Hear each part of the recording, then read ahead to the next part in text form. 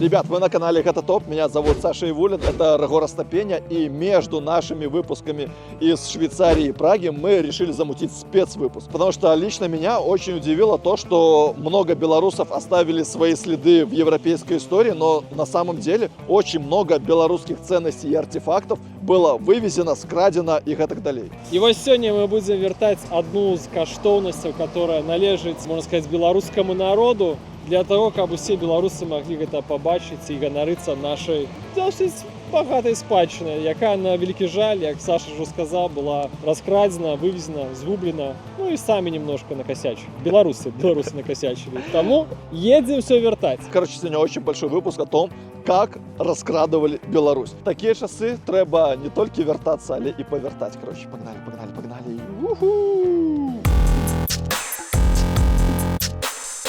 На самом деле, я просто офигенно удивлен тому, сколько у белорусов было таких классных, таких исторических вещей, и как их всех в наглую стырили. Когда мы готовились к этому выпуску, я был настолько удивлен, как Беларусь разворовали. Беларусь не только раскрали, немножко и сами дурачки сгубили досить шмат, да? И после приходится ездить, все самим руками забирать, как бы. Но мы сами не справимся, тому мы покликали з нами легенду. Легенду зваць Павел Мацукевич, еще шматчику вертал каштовных в Беларусь, и нам он зараз про это расскажет. Легенда, смотри, как стоит, а? Легенда побежал в машину. Ну и тебе пора. Поехали. Ехать нам показывая ровно до 12. Чики-пуки-бамбуки. Блин, подожди.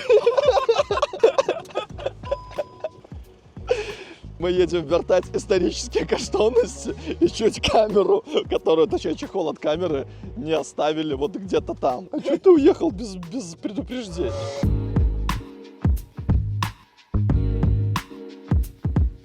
Это выпуск, как мы реально едем на остров Сокровищ. Мы едем в антикварную лавку, Саша.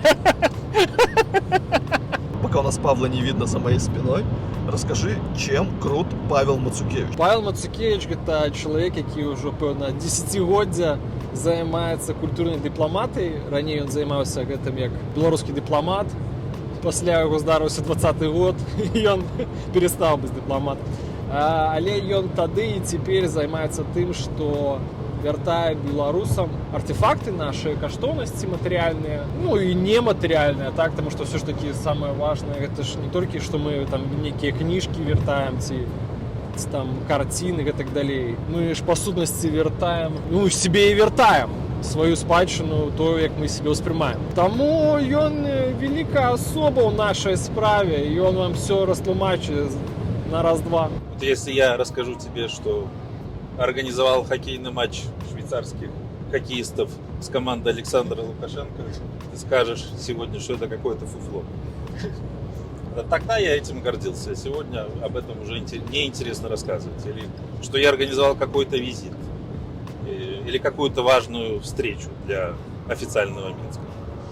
Сегодня это уже не является каким-то поводом для гордости. Мои 15 лет дипломатической службы по воле одного человека пошли прахом, как и все достижения нашей страны. Культура – это то, что было до нас, это то, что есть сейчас, и то, что останется после нас. И мне кажется, нет ничего более важного, если мы думаем о Беларуси, нет ничего более важного, чем культура и возвращение культурных ценностей Беларуси. Для Беларуси это особенно актуально и важно, потому что это уникальная страна. Наша страна уникальная. Ну, правда, уникальная в негативном смысле, потому что 99% белорусского культурного наследия потеряно.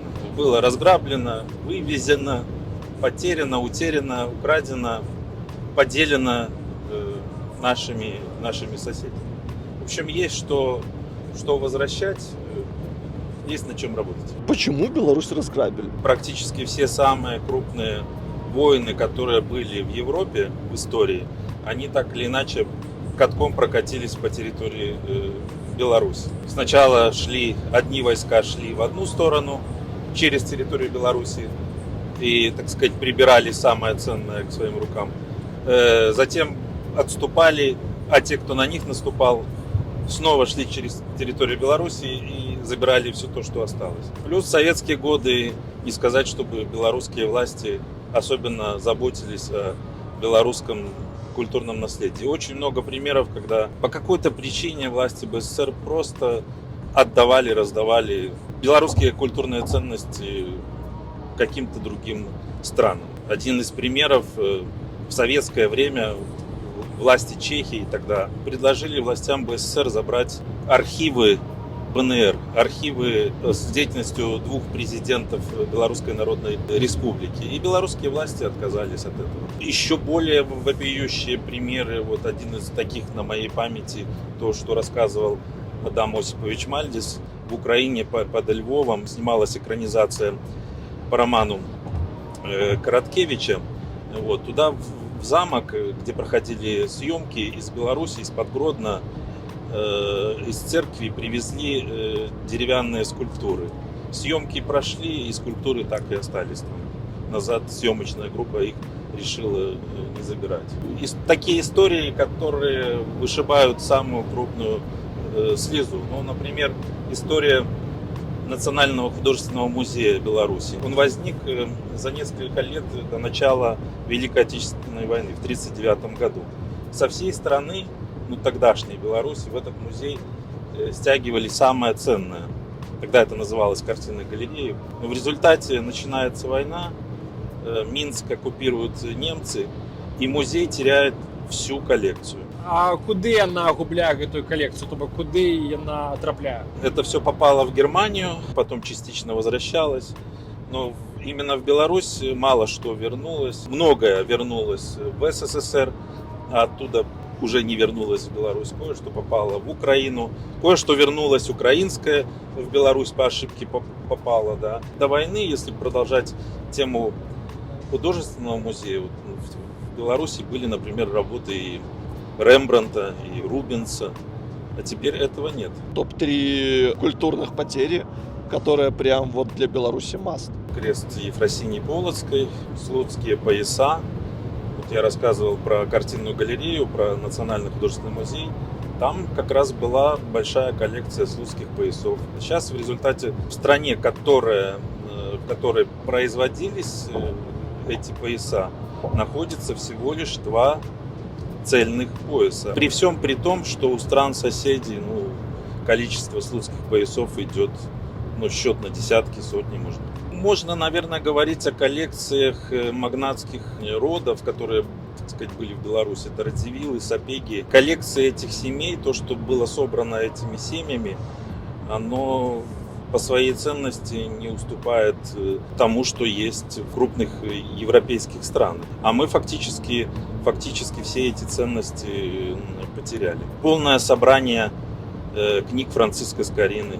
Мне кажется, позором, что ли, да, что там, на родине Франциска Скорины в Полоцке нет ни одной его оригинальной книги. Ходят легенды, что ты приближался насколько это возможно, максимально к кресту Ефросинии Полоцкой. С главным героем предыдущих 2 серий, Олесем Сапегом, который живет в швейцарской глубинке под названием Цюрих. В 2020 году, по-моему, в декабре, оказались в России. Мы отправились в такое место удивительное под названием Сергиев Посад. Фабрика, где производятся духовные скрепы. По версии многих специалистов, кто занимался поисками креста Ефросинии Полоцкой, он может находиться там. Этот православный след возник с тем, что в 2003 году в буквальном смысле всплыло неожиданно Слуцкое Евангелие, которое пропало вместе с крестом Ефросинии Полоцкой. Последнее место, где хранился крест Ефросинии Полоцкой, это был Могилев. Туда, в принципе, в Могилев начали свозить ценности, потому что Могилев готовили к тому, чтобы сделать столицей БССР. Конкретно крест и Слуцкое Евангелие, они хранились в комнате-сейфе Могилевского обкома. Что за комната-сейф? Просто это здание раньше было банком. И вот спустя годы, в 2003 году, всплывает Слуцкое Евангелие, которое было в одной коллекции с крестом Ефросинии Полоцкой. Один очень добрый человек, который сделал очень много дел для Беларуси, навел нас на контакт охранника, человека, который работал охранником в этой Троице-Сергиевой лавре. А там огромный музей. И задумка была в том, что мы прикинемся швейцарцами, будем говорить на немецком, заплатим этому человеку, чтобы он нас свел в запасники. Оказавшись в запасниках, когда мы увидим крест Ефросиньи Полоцкой, мы просто сфотографируем его на телефон и тихонько удалимся оттуда, а когда приедем в Беларусь, поделимся этой фотографией со средствами массовой информации и попросим дать шума. К сожалению, когда мы прибыли в Сергиев Посад, ни в тот день, когда мы приехали, ни на следующий день, мы так и не дозвонились до нашего контактного лица, поэтому воспользовались возможностью экскурсии по музею, увидели много чего интересного, скажем так, но не то, что мы искали. Очень вероятно, что он там может быть. Там очень много крестов, там очень много ценностей, собранных московским патриархатом за все время, так сказать. Ты веришь в это пророчество, что вернется крест Ефросиньи Полоцкой в Беларусь? Все в Беларуси наладится. Я думаю, да, просто всему свое время. Самая главная белорусская культурная ценность рано или поздно вернется в Беларусь. У меня еще больше добавилось этой мотивации. Сегодня мы встали очень рано, чтобы поехать за несколько сотен километров и забрать то, что по праву принадлежит Беларуси. Мы бить никого не будем сегодня. Саша тут додає лишнюю эмоцию. Попросим аккуратно, ну и заплатим, певно, за досить значную коштовність для нашей історії, яка зв'язана з Великим князством Литовським. Спробуйте здогадатися, що це.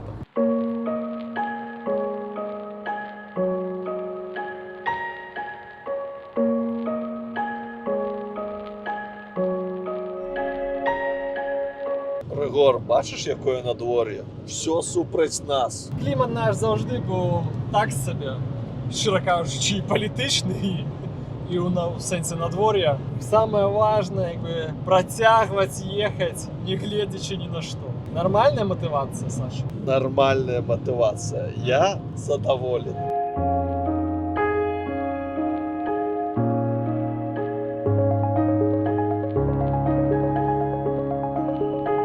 Ми амаль што прыехалі ў антыкварную лаўку, якая знаходзіцца ў горадзе Каліш. І як вы бачыце, ён выглядае не так і дрэнна. Можна сказаць, адносна дастойна, але наступны раз я за старной не сяду з бары. Ну што, мы прыехалі, зараз адшукаем адрес і ідзем купляць. Ну что, есть мандраж? Не, ну профессионалы бояться не повинны, Саша, ты что, не показывай это. Мы идем как бандосы какие-то. Реально надо бригаду врубать. Ну что, мы пришли.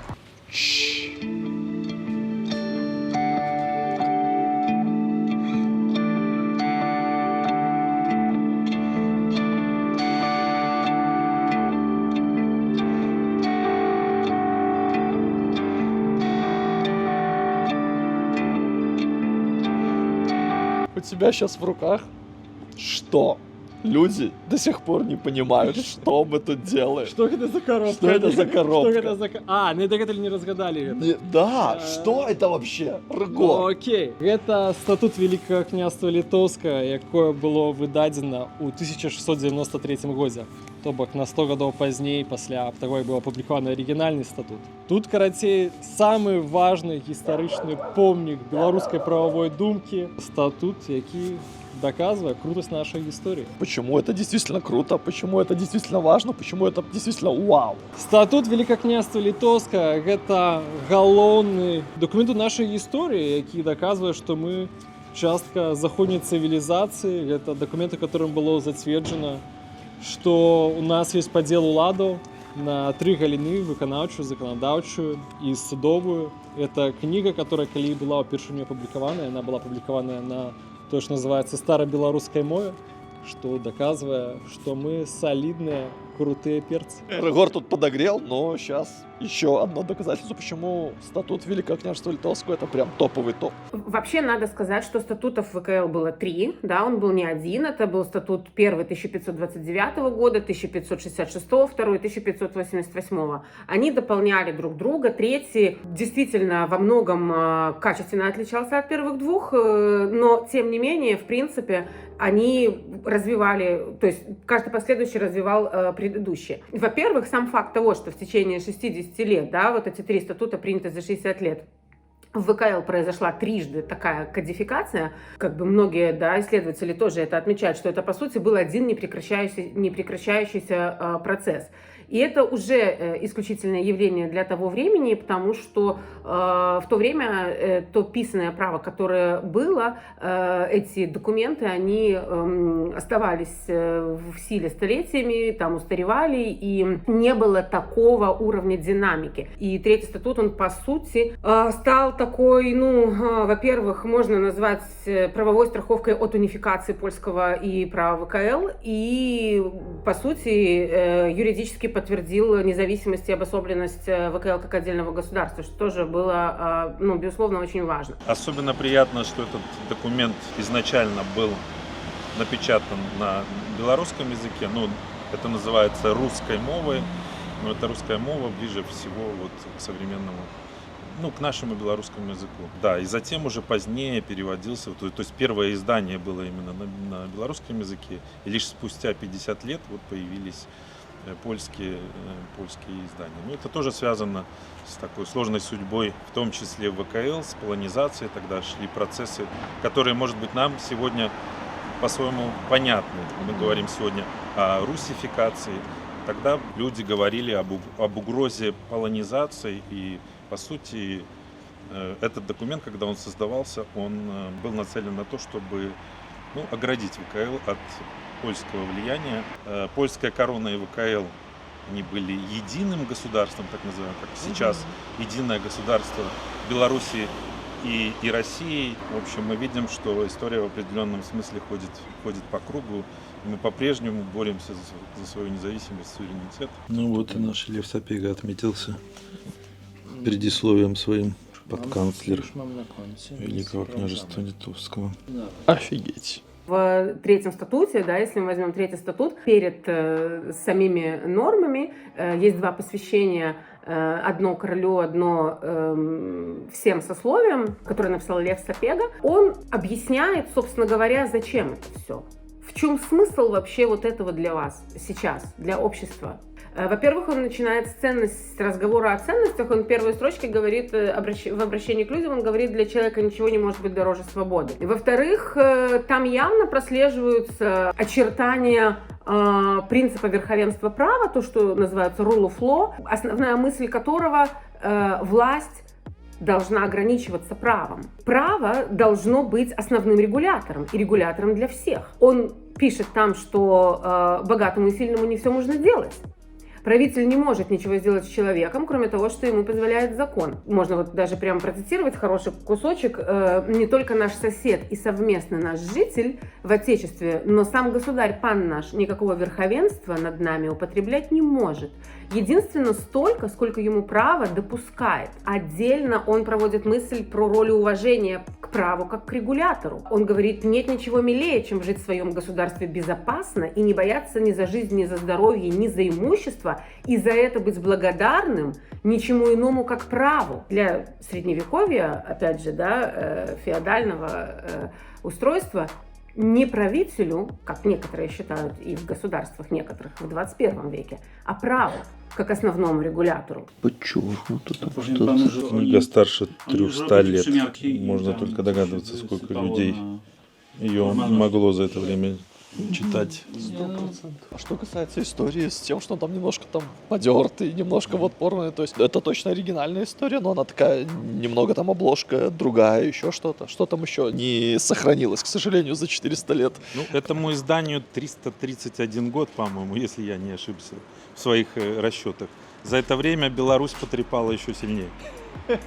У тебя сейчас в руках исторический документ, это артефакт. Сколько их вообще сейчас есть? Вот один из скольки. Ну, докладно тебе ніхто не скаже. Я думаю, що, в принципі, тепер книги антикварні, вони часто зникають у руках колекціонерів, і ми не ведаємо, колькі чого запродаюць на руках. Але гэта, паколькі это старое выданне, іх было апублікавана адпаведна досыць мала. То бок, не гледзячы на тое, што іх у свеце яны ёсць, на рынку іх ты не купіш. А ў Беларусі іх зусім пару штук літаральна. Таму і гэта вялікая каштоўнасць, што мы гэта спачатку вернем беларусам, а пасля ўжо і самой Беларусі. Уже с первого статута мы видим явно выраженные элементы права на справедливый суд. Было право на обжалование, был институт адвокатуры. Также, собственно говоря, мы видим, там уже появляются элементы презумпции невиновности, которые были развиты позже в других статутах. Третий статут стал во многом источником для российского права того времени, соборного уложения 1649 года. А это соборное уложение, это считается наиболее полным сводом законов России до XIX века. А в одном источнике, который напечатан был в советское время, я прочитала такой факт, что на оригинале, на полях оригинала соборного уложения 56 пометок было из литовского. Сам факт того, что он 250 лет действовал и на него опирались соседние государства, заимствовали его как образец лучшей практики кодификационной в регионе, ну, говорит тоже как бы сам за себя. Ну што, я думаю, што мы спачатку з помпай праедземся па беларускіх дыяспарах, зробім гастрольны тур Александра Івуліна, каб ён вам сіх паздымаў, парасказваў байкі. Пасля мы, конечно, зробім некалькі буйных мерапрыемстваў з навукоўцамі, потому что это все ж таки гістарычны документ, не? Ну а после будем вертать, Саша. Не, на самом деле, ребят, все это происходит. Вы в том числе смотрите это видео благодаря крутой инициативе Мальдис. Поэтому, если у вас есть возможность, если вы готовы вкладывать, донатить в белорусскую идентичность, не хочется говорить слово культура, будем говорить слово идентичность, потому что идентичность это топ. Поэтому, ребятушки, ссылочка там будет в описании. Если вы хотите помочь, может, вы хотите еще что-то вернуть. Так что донатьте на Мальдис, это важно. Так само можете закинуть 3 копейки на YouTube сериал «Гэта топ». На самом деле, это меньше важно. Главное, лепш, давайте как куплять артефакты. Или что, пишите в приват. Поэтому, ребятушки, спасибо большое, что досмотрели это видео до конца. Лайк, коммент, чтобы эту историю увидело как можно больше людей. Потихонечку будем возвращать в Беларусь белорусские ценности. И, конечно, все будет классно. Это топ.